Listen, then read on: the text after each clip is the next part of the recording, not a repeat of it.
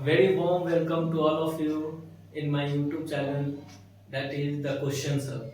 Here we are going to discuss a new concept, that is logarithm. ठीक है, तो logarithm के बारे में हम लोग समझेंगे और इस कंसेप्ट का यूज आप देख सकते हो कि मैथ्स में है, फिजिक्स में है, केमिस्ट्री में है ना। डिफरेंट डिफरेंट कंपटीशन एग्जाम में भी लॉगरिथम का यूज होता है। ठीक है, तो लॉगरिथम आप देखोगे कि क्लास 11 के एनसीईआरटी सिलेबस में नहीं है, लेकिन आरएस अग्रवाल बुक जब आप उठाओगे तो उसमें लॉगरिथम है। तो लॉगरिथम कंसेप्ट हम लोग सीखने जा रहे हैं और ये ध्यान देना कि अगर हम लिखते हैं 2 का पावर क्यूब, इसका वैल्यू क्या होता है? 8 होता है। ठीक, अगर हम लिखते हैं 10 का स्क्वायर, इसको क्या लिखते हैं? 100। तो इस फॉर्मेट को हम लोग एक्सपोनेंशियल फॉर्मेट कहते हैं। क्या बोलते हैं? Exponential format. ठीक है, एक्सपोनेंट फॉर्म आप समझते हो, उसी फॉर्मेट में लिखा हुआ है। क्या इसको हम लॉगरिथम के फॉर्मेट में कन्वर्ट कर सकते हैं? अगर इसी बात को हमको लिखना होगा तो यहाँ पे एक बात ध्यान देना, मान लो कि a to the power x is equal to n है, तो यहाँ पे n हमारा क्या होना चाहिए? पॉजिटिव रियल होना चाहिए। क्या होना चाहिए? Positive real. तो ये पॉजिटिव रियल तभी मिलेगा, मतलब n आपका पॉजिटिव रियल तभी मिलेगा जब a आपका क्या होगा? पॉजिटिव होगा। a भी आपका पॉजिटिव रियल होना चाहिए। ठीक है, तो कहने का मतलब ये दोनों पॉजिटिव होगा तभी बात को हम लॉगरिथम के फॉर्म में लिख सकते हैं। जैसे फॉर एग्जांपल अगर -2 का पावर 3 होता है, इसका वैल्यू -8 होता है, तो ये भी एक्सपोनेंशियल फॉर्म है, लेकिन इसको आप लॉगरिथम फॉर्म में नहीं लिख सकते हो। तो लॉग में कैसे लिखते हैं इस बात को हम समझते हैं। देखो, बहुत ही सिंपल बात है और इसमें बच्चे कंफ्यूज हो जाते हैं। क्यों हो जाते हैं? रीजन होता है कि इसका लिखने का तरीका थोड़ा सा अलग होता है। देखो, अगर हम लॉग लिखते हैं, लॉग, ठीक, यहाँ पे बेस क्या है? a है, तो इस बेस को हम a लिख दिए और ये आपका n जो आ जाता है ये यहां पे आ जाता है और इज इक्वल टू x। ठीक है, तो ये एक्सपोनेंशियल फॉर्मेट हुआ और ये इसका क्या हो गया? Logarithm format. ठीक है, लॉगरिथम में हमने लिख लिया। इसी को अगर लॉग में लिखना होगा तो क्या लिखेंगे? लॉग, ध्यान देना, यहां पे बेस आपने 2 रखा क्योंकि ये बेस 2 है और वैल्यू 8 रखा और ये क्या देगा? मतलब 3। मतलब 2 का जब आप क्यूब करोगे तो 8 मिलने वाला है। बात समझ में आ रही है? उसी तरह इसको लॉग में लिखना हो तो क्या लिखेंगे? देखो, लॉग बेस आपका 10 है, वैल्यू क्या आ रहा है? 100। कब आएगा? जब उसका स्क्वायर करेंगे। बात समझ में आ रही है? तो ये लॉगरिथम फॉर्मेट हुआ और बहुत ही इंपॉर्टेंट कंसेप्ट है। इसको बार बार आप देख सकते हो, वीडियो को पॉज करना, समझने का कोशिश करना। ठीक है ना? अगर नहीं समझ में आता है तो आप कमेंट बॉक्स में कमेंट कीजिए, अगर किसी भी बात को नहीं समझ पा रहे हो तो। ठीक है ना? और अपने फ्रेंड्स को, रिलेटिव को ये बात जरूर बताइए कि लॉगरिथम हम लोग किसी भी एक्सपोनेंट फॉर्म को लॉग में कैसे कन्वर्ट कर सकते हैं। इससे क्या होगा कि आपका बेस और लॉगरिथम का कंसेप्ट जो है पूरी तरीके से क्लियर हो सकता है। ठीक है ना? तो अगर हम लिखते हैं, ध्यान देना, a to the power x is equal to y। ठीक है, इसको अगर लॉग में चेंज करना होगा तो हम क्या लिख सकते हैं? लॉग, देखो, बेस a हो जाएगा, y is equal to x। बात समझ में आ रही है? या अगर कहीं आपको लिखा हुआ दिख जाए कि लॉग बेस आपका 3 है सपोज, और यहाँ पे वैल्यू 10 है और इज इक्वल टू 4 है, तो हम क्या लिख सकते हैं? इसको एक्सपोनेंट फॉर्म में। तो एक्सपोनेंट फॉर्म में लिखने के लिए आप सिंपल यहाँ देखो, बेस आपका a है तो यहाँ पे बेस क्या है? 3 है। ठीक है, इस पे पावर 4 करोगे तो वैल्यू क्या मिलने वाला है? 10। तो ये कुछ ऐसा, मतलब हम एग्जांपल लिए हैं, ये एक्सपोनेंट फॉर्म में चेंज कर दिए। कुछ ऐसा वैल्यू होगा ही नहीं। देखो, आप जब 3 का पावर 4 करते हो 10 नहीं आने वाला है, ये तो आप भी जान रहे हैं, हम भी जान रहे हैं, ये गलत डाटा है। लेकिन यहाँ पे सिंपली आपको यही बात बताया जा रहा है कि लॉग में अगर लिखा हुआ डाटा को एक्सपोनेंट में कन्वर्ट करना हुआ तो किस तरह करेंगे। तो आपने दो बात सीखा यहाँ से। पहला बात क्या सीखा कि किसी एक्सपोनेंट फॉर्म को लॉगरिथम फॉर्म में कैसे कन्वर्ट करते हैं, और लॉग से किसी भी लॉग वाले डाटा को एक्सपोनेंट फॉर्म में चेंज करने के लिए कैसे करते हैं। ठीक है, ये बात आपको अच्छे तरीके से याद होना चाहिए। ठीक है ना। अब हम लोग प्रॉपर्टीज पढ़ेंगे, लॉगरिथम का क्या पढ़ेंगे, प्रॉपर्टीज। ठीक है ना। तो सबसे पहला जो प्रॉपर्टी होता है ये ध्यान से समझना। अगर हम लिखते हैं लॉग ए बेस है और यहाँ पे भी ए है, तो इसका वैल्यू को हम x मान लेते हैं, है ना। ध्यान से समझना, बेस और ये वैल्यू दोनों क्या है, सेम है, और इसको हमने x माना, तो क्या x का वैल्यू क्या होगा ये हम पता कर सकते हैं। देखो आप क्या लिख सकते हो, a बेस और इस पे पावर x आ जाएगा और ये किसके बराबर हो गया, a। तो कहने का मतलब यहां से x का वैल्यू आप क्या लिख सकते हो, 1 लिख सकते हो। फिर से समझना, ये पावर 1, ठीक है। तो बेस और ये वैल्यू दोनों अगर सेम होगा तो x का वैल्यू क्या आने वाला है, 1 आने वाला है। ठीक है। तो यहां से एग्जाम्पल भी हम समझ सकते हैं। फॉर एग्जाम्पल मान लीजिए कभी भी आपको लॉग बेस 2 और यहाँ पे 2 दिख जाए तो इसका वैल्यू क्या आने वाला है, 1 आने वाला है। अगर आपको लॉग बेस 10 और यहाँ पे वैल्यू 10 है, इसका मतलब यहाँ पे वैल्यू क्या आने वाला है, सेम आने वाला है। मतलब ये दोनों अगर डाटा सेम होगा तो उसका वैल्यू क्या आने वाला है, 1 आने वाला है। ठीक है, ये एक प्रॉपर्टी है, आपको याद रखना होगा। ठीक है। सेकेंड थिंग, अगर कहने का मतलब कि लॉग है, मान लेते हैं कि बेस a है, ठीक है, और m इंटू n है, क्या है, m इंटू n। तो इसको हम लोग लिख सकते हैं log am plus log an। ठीक है। तो ये अगर प्रोडक्ट में है, मतलब यहां मल्टीप्लाइड में है, तो आप इसको अलग अलग लिखकर प्लस दे सकते हैं। तो यहां पे अगर मान लीजिए एक टर्म और होता है p प्रोडक्ट में, तो आप क्या करोगे, प्लस log a p लिख सकते हो। ठीक है। तो इस तरह इसको हम लोग प्रूव भी कर सकते हैं। किस तरह, देखो इस डाटा को आप लेट कर लो, ध्यान से समझना, इसको हम प्रूव करने जा रहे हैं कि ये बात आया कैसे। Let log am is equal to x, log an is equal to y, log ap is equal to z। ठीक है। तो यहां से एक्सपोनेंट फॉर्म हम क्या लिख सकते हैं, देखो ये आपका लॉगरिथम फॉर्मेट है जिसको आपने x माना, y माना, z माना। ठीक है। यहां से अगर हम लिखना चाहते हैं एक्सपोनेंट फॉर्म में तो क्या लिख सकते हैं, देखो इसको a पे पावर क्या हो जाएगा, a पे power x is equal to m। ठीक है, a पे power x is equal to m। यहां पे क्या हो जाएगा, a पे power y is equal to n, और यहां पे क्या हो जाएगा, a to the power z is equal to p। ये बात समझ में आ गई। अब इन सब डाटा को अगर मल्टीप्लाई कर दिया जाए, ध्यान से सुनो, ये इक्वेशन 1 है, ये इक्वेशन 2 है और ये इक्वेशन 3 है।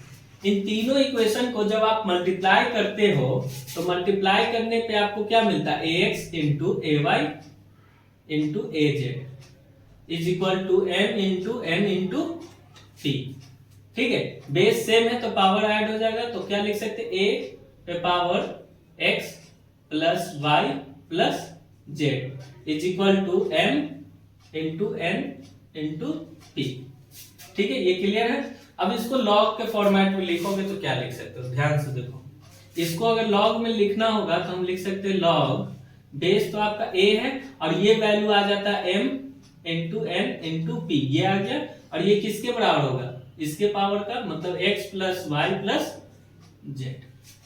और देखो x का वैल्यू क्या है, इसको रख दो, y का वैल्यू क्या है, इसको पुट कर दो, और z का वैल्यू जो है उसको पुट कर दो। मतलब यहाँ पे आप लिख सकते हैं log base am plus log base an plus log base a p, और ये किसके बराबर है, log base am into n into p, hence it is proved. तो इस तरह आप सेकेंड प्रॉपर्टी को क्या कर सकते हो, प्रूव कर सकते हो। तो ये बहुत ही सिंपल प्रॉपर्टी है, इसको आप प्रूव भी किए।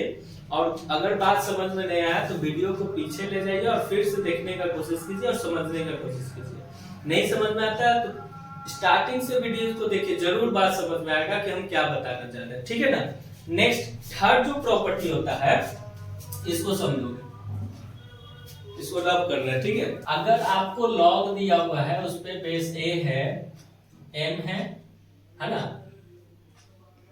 बाई n है, m बाई n मतलब इसको आप ब्रेक करके क्या लिख सकते हैं, log base a m minus log base a n, ठीक है।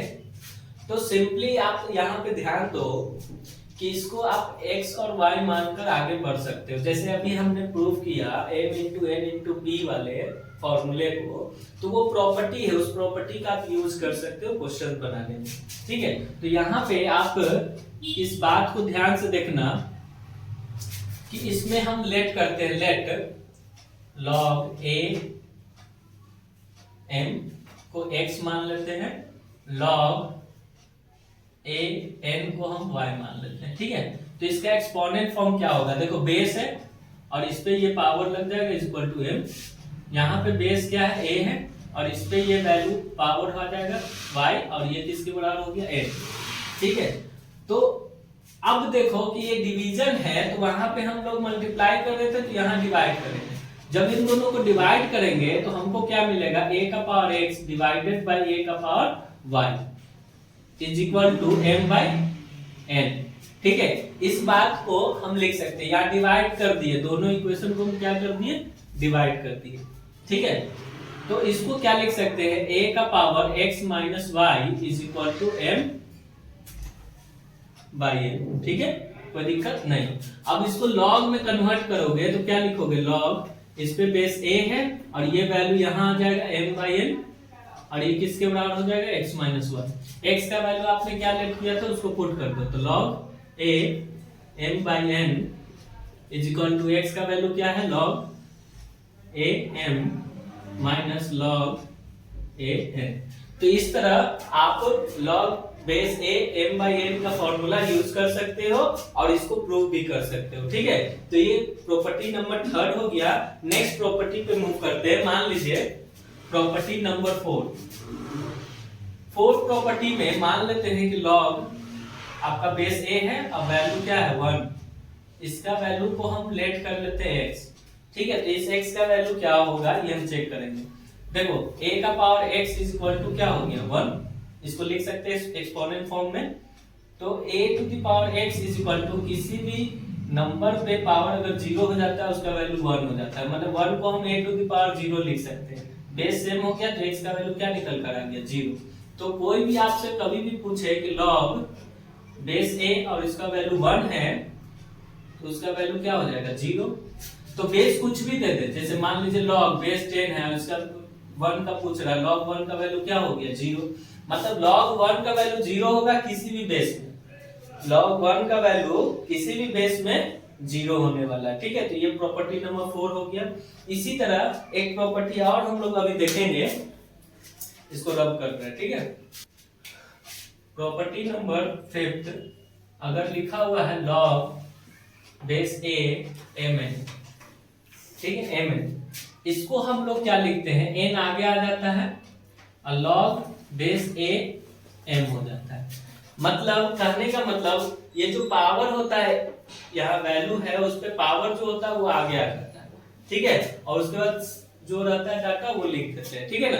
तो यहाँ पे आप इस बात को समझना कि इसको प्रूव कैसे करते हैं। तो यहाँ पे इस डाटा को हम लेट करते हैं, let log a m is equal to x मान लेते हैं, ठीक है।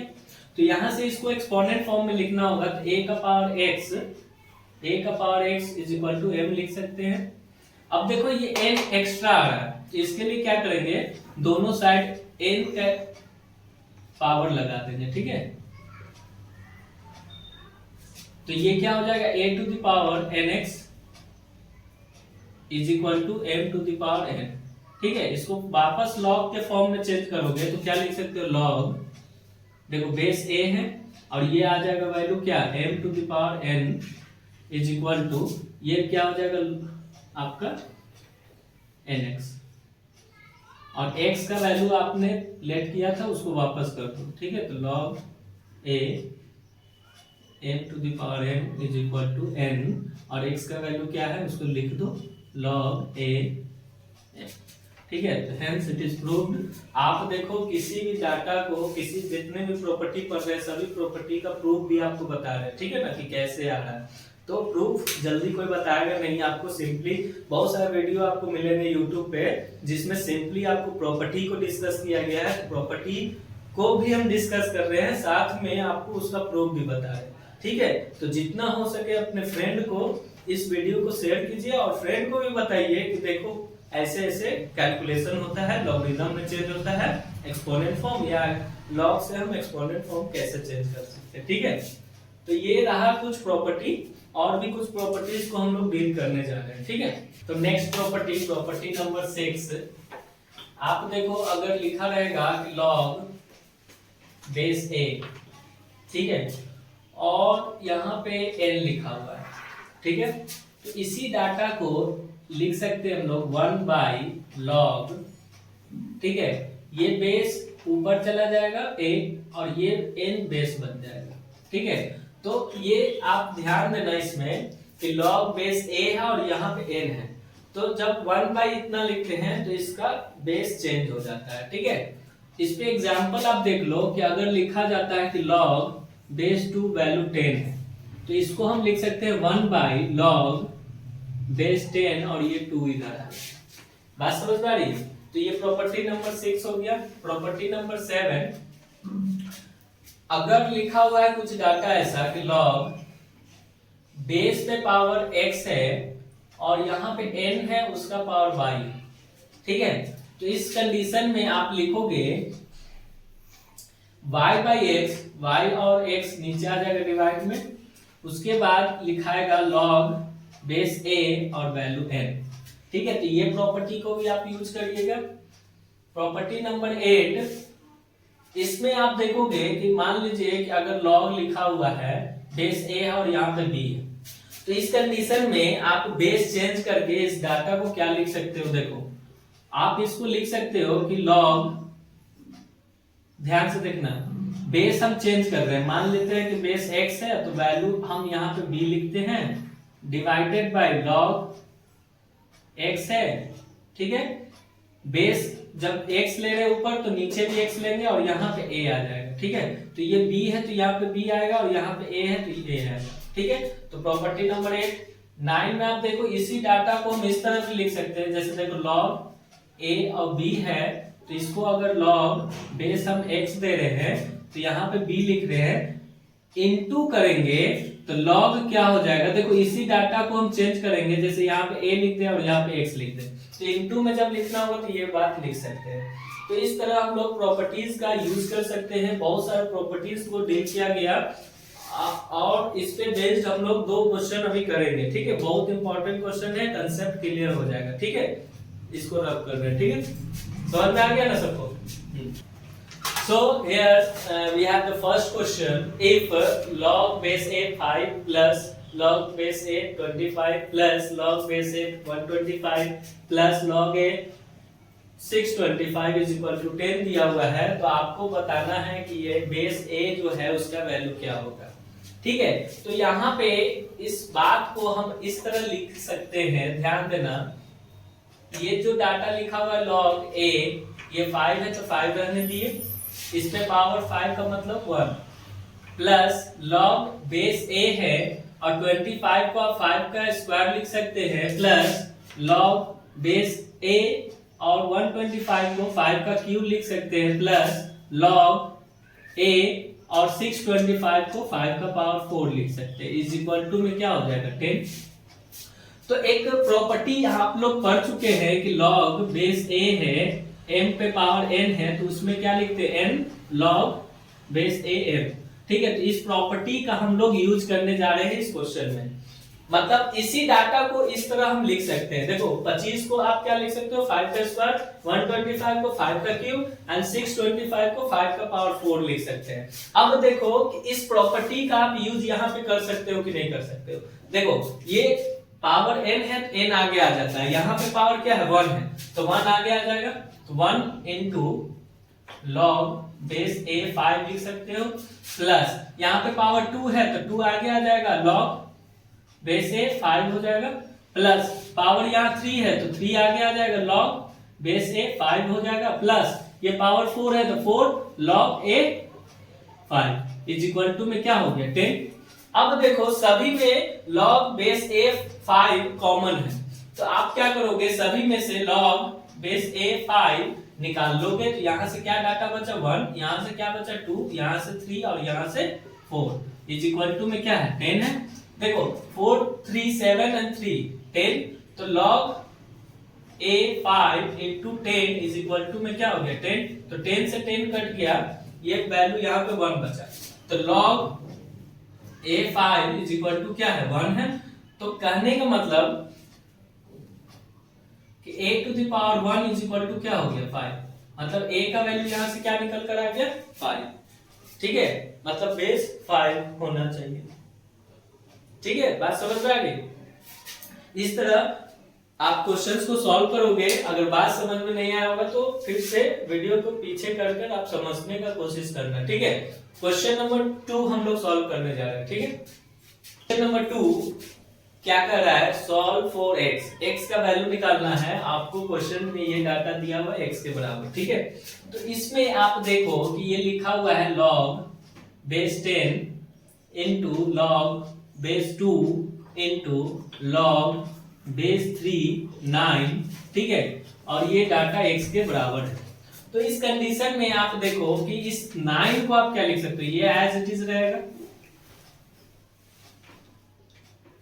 ठीक है, इनटू ये एज इट इज रहेगा, मतलब यहां पे आप लिख सकते हो log बेस 3 का स्क्वायर, 9 को आप क्या लिख सकते हो 3 का square is equal to x, further लिखोगे log बेस 10 log बेस 2 और ये पावर आगे आ जाएगा, मतलब ये 2 हो जाएगा, इनटू में log बेस 3 और ये 3 हो जाएगा, ठीक है। तो एक प्रॉपर्टी आप याद करो कि log base a value a is equal to इसका वैल्यू 1 होता है, मतलब इस डाटा को आप क्या लिख सकते हो 1 लिख सकते हो, log बेस 10 log 2 यहाँ पे 2 है और इस वैल्यू को 1 इज इक्वल टू x। तो अगेन फिर से ये प्रॉपर्टी यूज होगा, देखो ये प्रॉपर्टी है साइड में, ये प्रॉपर्टी है, इस प्रॉपर्टी का यूज कर रहे हैं, ठीक है। log 10 इस प्रॉपर्टी मतलब यहाँ पे भी वैल्यू क्या हो जाएगा 1 इज इक्वल टू x, मतलब आप बोल सकते हो 10 का power x is equal to 1, 10 का पावर ये बेस 10 है ना, तो ये x इधर आ जाएगा, ये 1 इधर चला जाएगा, तो 10 का power x is equal to 1, तो 1 कब होता है 10 का पावर 0 पे 1 होता है, तो 10 का power x is equal to 10 का पावर 0, तो x का वैल्यू क्या आ गया 0, मतलब इस 0 निकालने के लिए इतना प्रोसेस हमको करना पड़ा, ठीक है। तो इस तरह आप लॉग का जितना भी प्रॉपर्टी इस वीडियो में डिस्कस किया गया है, अगर अच्छे तरीके से समझ जाते हो तो लॉगरिथम का सारा क्वेश्चंस आप बना सकते हो इजीली। क्लास 11 का बुक आप उठाना आर.एस. अग्रवाल, उसमें लॉगरिथम एक चैप्टर दिया हुआ है, क्वेश्चंस प्रैक्टिस करने के लिए उस चैप्टर्स को एक्सरसाइज के प्रॉब्लम्स को आप सॉल्व कर सकते हैं इजीली। इसके बाद जितने भी कंपटीशन एग्जाम होते हैं, चाहे ओलंपियाड होता है, चाहे आपका फिजिक्स से रिलेटेड क्वेश्चंस आते हैं, केमिस्ट्री से रिलेटेड, उसमें लॉग देखने को मिलता है, ठीक है। एक बच्चे का डिमांड था कमेंट बॉक्स में कि लॉगरिथम चैप्टर पे आप वीडियो बनाइए, इसलिए ये वीडियो बना है। और इसी तरह चैनल से जुड़े रहिए, आप जिस टाइप का वीडियो चाहिए आपको मिलेगा, ठीक है, लेकिन एजुकेशन से रिलेटेड, ठीक है। ओके, सो अगर बात समझ में आई हो तो चैनल को सब्सक्राइब कीजिए, बेल आइकन को दबाइए और अपने फ्रेंड्स को शेयर कीजिए वीडियो को। धन्यवाद।